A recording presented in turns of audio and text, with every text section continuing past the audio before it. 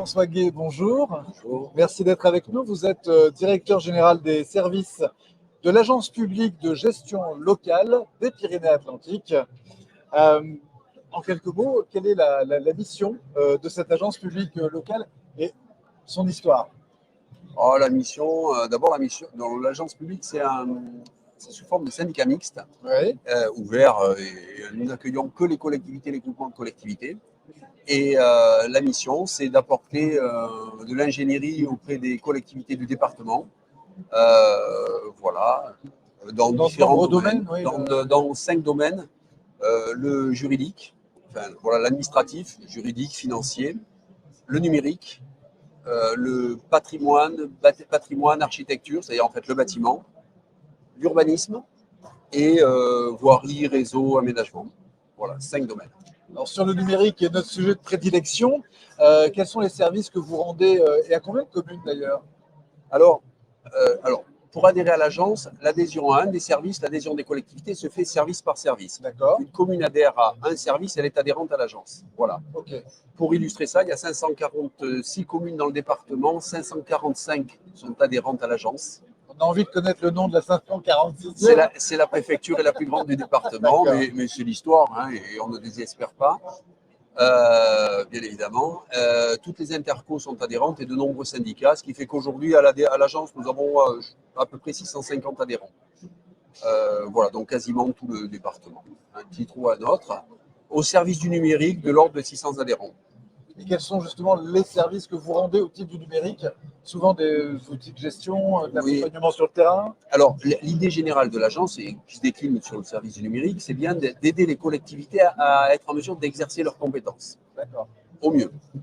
Ça, c'est le principe général. Sur le numérique, nous sommes sur de l'assistance métier, sur des logiciels métiers, de paye, de compta. Voilà, on a un partenariat avec un éditeur, par exemple, sur lequel, effectivement, on assure l'installation et la hotline de premier niveau de ce partenariat. Et en échange, il paie moins cher chez l'éditeur, hein, en question, voilà, relation de partenariat. Ça va être sur la paye, la compta, le budget, la facturation, voilà. On intervient aussi sur du SIG, puisqu'on a acheté une solution SIG qu'on a rhabillée, hein, et développé certains modules. Et on propose donc un SIG mutualisé, puisque notre raison d'être, c'est la mutualisation. Ouais.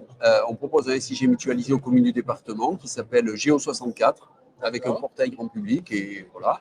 Et les collectivités dessus trouvent tous leurs renseignements. Les collectivités peuvent trouver de l'info et aussi la nourrir Ah oui, alors, elles peuvent la nourrir directement ou elles demandent aux géomaticiens de l'agence, nous avons 3 géomaticiens, de mettre à jour voilà, sur tout un tas de. Ça va de l'urbanisme, les réseaux, les plans locaux de randonnée, enfin plein de choses. Quoi, voilà. Il y a une commune qui vient d'avoir la fibre ou qui a un point de mutualisation qui a été posé par la fibre 64, notamment. Si elle veut, elle peut demander dans le système d'information géographique. On peut y mettre, par exemple, on pourrait y mettre le patrimoine communal, avec dessus la gestion de ce patrimoine, à la dernière visite de la commission de sécurité, des choses comme ça, par exemple.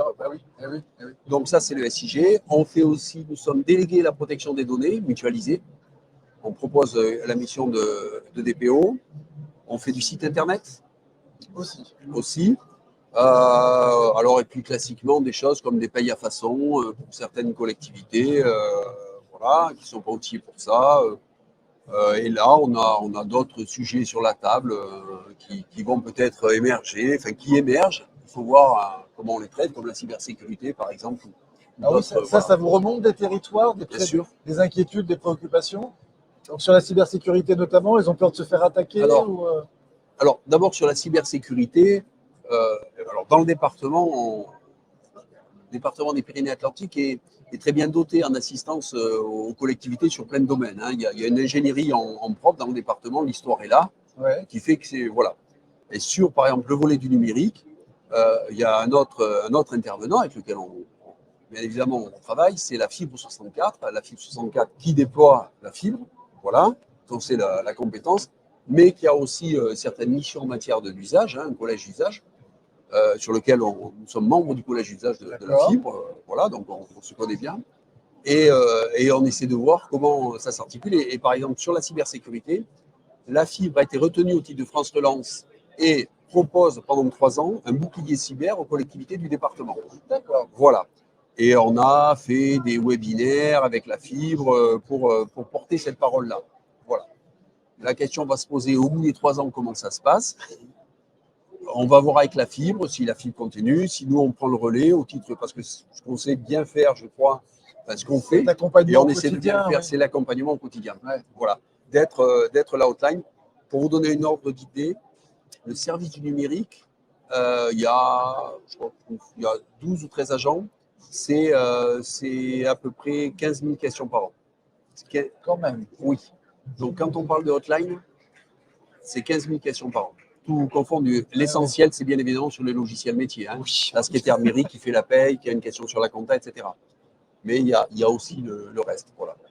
Et au niveau des usages tournés vers les citoyens, est-ce que vous identifiez des signaux forts ou faibles émanant des communes qui sont membres effectivement de l'agence sur des nouveaux services aux citoyens qui seraient attendus? On a parlé de vidéoprotection pas mal, on a parlé de système d'alerte par rapport aux intempéries, aux catastrophes. On parle aussi pas mal de démocratie participative. Alors, là-dessus, nous, position agence, alors d'abord, la position agence, nous ne sommes pas on ne reçoit pas d'administrés. Voilà, notre seul interlocuteur, c'est la collectivité. C'est la collectivité. Voilà, ça c'est l'idée. Donc, ces préoccupations-là, si on les a pas en tant que citoyen, mais ça regarde chacun d'entre nous. Absolument. Professionnellement, elles ne nous remonteront que par les préoccupations des collectivités. C'est ça. Là-dessus, on l'aura à ce stade-là, on ne va pas nous demander d'installer un système de vidéoprotection. Par contre, si nous sommes délégués à la protection des données de la commune qui installe, là, forcément, on aura un rôle de mise à jour, de suivi au titre du DPO. Aujourd'hui, les sujets, donc oui, très clairement, le sujet qui est sur la table là, c'est la cybersécurité. D'accord. Voilà. Ça, celui-là, et c'est légitime. C'est, voilà, là-dedans, il n'y a pas de doute. Il faut organiser la réponse et l'organiser collectivement, c'est-à-dire de manière mutualisée, parce qu'il y a un intérêt pour toutes les collectivités. Après, il faut le décliner et l'adapter pour chacune d'entre elles. Mais la mutualisation a vraiment du sens là-dessus parce qu'il va y avoir l'acquisition de solutions qu'on peut ainsi rendre accessibles au plus grand nombre et il faut en assurer une assistance au quotidien. Donc, derrière, il faut être près des collectivités. Il faut savoir comment ça se passe, il faut savoir quelles sont les pratiques. Il y a plein de communes qui sont ouvertes 2 après-midi par semaine. C'est ça. Et là, ça se passe comment? Enfin, voilà. Ce qui est intéressant, quand tu as un service du numérique, et même c'est valable quelque part aussi sur l'ensemble de l'agence, mais pour parler que du numérique, ce qui va être intéressant, c'est quand on raccroche tous les wagons. Parler de cybersécurité, ça a du sens. Comme je prends cet exemple-là, déléguer la protection des données. Au départ, c'est arrivé sur la table avec la protection des données personnelles et le numérique. Tout à fait. Et pourtant, à travers l'audit, combien de fois on s'est rendu compte dans les collectivités, ah oui, mais on parle des données qui sont dans l'ordinateur, mais celles qui sont dans le placard, elles sont protégées comment? Par une clé? Eh bien voilà, et si on fermait le placard? En fait, on se pose la question de fermer l'ordinateur, de rendre l'accès impossible, mais on ne ferme pas le placard. Voilà. Donc, ce qui est intéressant, c'est comment on boucle, on raccroche tous ces wagons-là, et à travers un audit sécurité, quand on fait le DPO, hein, voilà, on peut se poser aussi les questions de la cybersécurité. Ou, voilà, alors, je ne suis pas spécialiste numérique, mais ce qu'il faut aussi pouvoir apporter, et là, c'est quand il y a certes des techniciens qui interviennent là-dessus, mais quand on travaille à plusieurs, d'horizons différents, et que toute cette approche-là s'enrichit. Et ça, c'est une des forces de ces structures-là, telles que nous, d'autres, qui peuvent avoir une surface avec des métiers un peu différents, pardon, qui vont s'enrichir mutuellement et apporter une vraie valeur ajoutée. Voilà. Qui ont cette légitimité de structure de mutualisation publique, finalement. On est sur le stand d'AGD, vous avez un petit peu le même ADN de ce point de vue-là, mais en l'occurrence, oui, on voit l'étendue de votre action. Merci beaucoup. Merci François Guay pour cet entretien. Je rappelle que vous êtes directeur général des services de l'Agence publique de gestion locale des Pyrénées-Atlantiques et je vous souhaite un très bon salon des maires. Merci à vous, à bientôt. Au revoir. Au revoir.